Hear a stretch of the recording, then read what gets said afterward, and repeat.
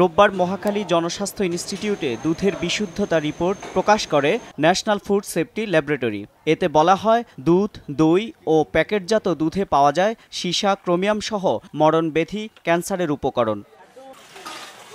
এ ধরনের গবেষণা আমলে নিতে চান ফার্মাসিস্টরা। তাদের দাবি, গাভীর খাবারে অ্যান্টিবায়োটিক দেওয়ার কারণে এ ধরনের কীটনাশক যেমন আসতে পারে, তেমনি বাজারজাত করার আগেও বিষ প্রয়োগ হয়ে থাকতে পারে। অল্প সময়ের মধ্যে মোটা তাজাকরণ এবং অধিক দুগ্ধ উৎপাদনের জন্য যে অ্যান্টিবায়োটিকটাকে আমাদের দেওয়া হয়, এই অ্যান্টিবায়োটিক পুরোপুরি কিন্তু আমাদের শরীর থেকে বেরিয়ে যায় না, গাভীর দুধের মাধ্যমে সেটা বেরিয়ে আসে।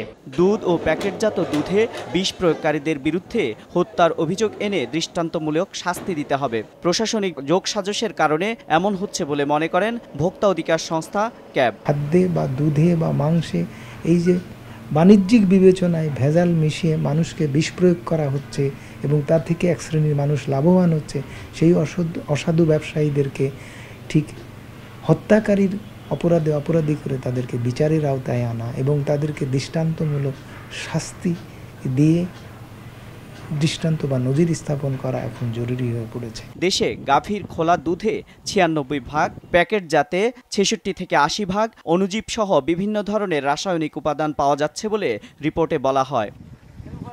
এমআর আমিন, সময় সংবাদ, ঢাকা।